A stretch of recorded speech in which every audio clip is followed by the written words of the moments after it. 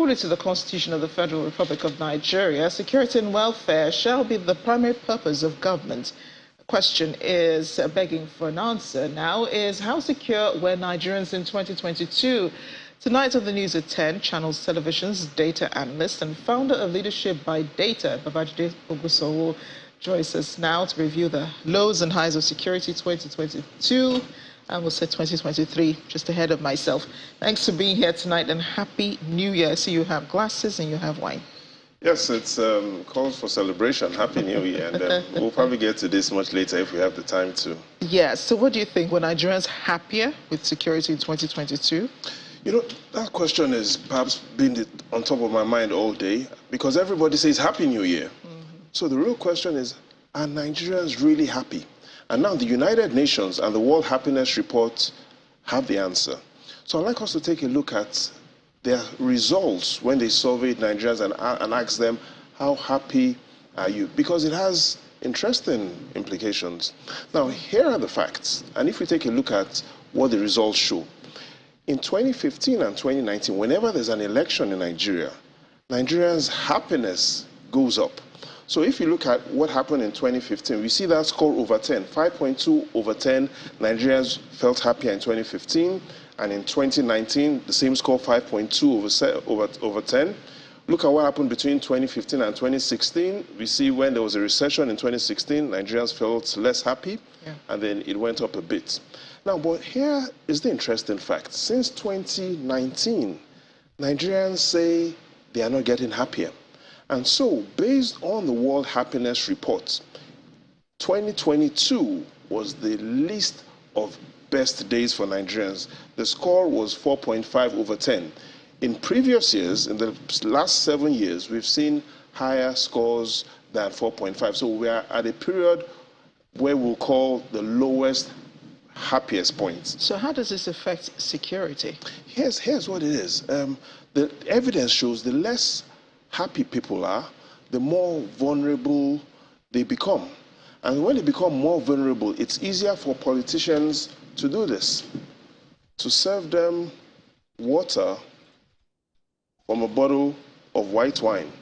And so it simply means that this is the year where deceit, lies, and more lies shall become prevalent because people are less happy, they have become more vulnerable, and so people will pour you water and say Happy New Year, meanwhile, pour you water and call it wine, and attempt to deceive people. But here's what we really need to know when it comes to security in 2022. We need to look at what were the highs, what were the lows. So let's take a look at perhaps the most feared stories in 2022, and then we'll look at the big wins of 2022. The biggest stories when it comes to negative sentiments in 2022 was the Kuje prison break. Remember the Owo Church attack? Remember some terrorists threatened to kidnap the president? And we've seen attacks we saw a lot of attacks in the southeast states, Kaduna. In the southeast, we saw Enugu and Imo. Remember a lot of gunmen attacking Benue State. So if we study what exactly has happened, we'll summarize 2022 in terms of the negative side as attacks on government facilities, 1, attacks on religious facilities, 2, and attacks on commercial facilities. But let's quickly take a look at the top 10 biggest stories in 2022. We've seen the military high command really take out a lot of terrorist leaders like Abu Hassan that have been wanted for years, Alhaji Shanono, there's been Alhaji Auta, there've been Kachala. So in 2022, we've seen a lot of these terrorist leaders being killed.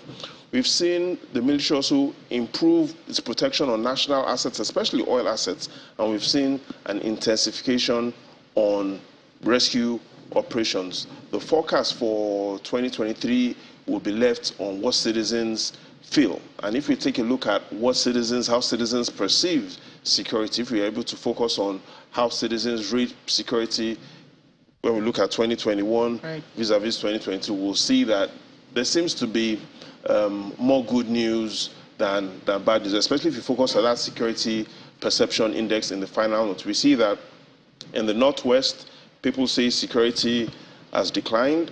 In the Southeast, there's a decline. But we've seen families say families in the North Central say security has improved. Families in the South say security has improved. And the Southwest seems to be the same. So in all, we've seen families from 3 regions saying that they feel safer. Families from 2 regions saying they don't feel as safe. And in the Southwest is neutral. So in all, 3 regions see an improvement in security. 2 say it is not hunky-dory yet, and 1 is neutral. So I think if this trend continues in 2023, families would smile more. So what we need to do is get those regions where families still don't feel as safe to feel safer. Yeah, I'm sure the families are looking forward to security this year. Thank you, Babajide. Maybe next time come up with a real. Be careful, some people want to pour you water and call it white wine this year. That applies to everybody. But you wouldn't do it, would you?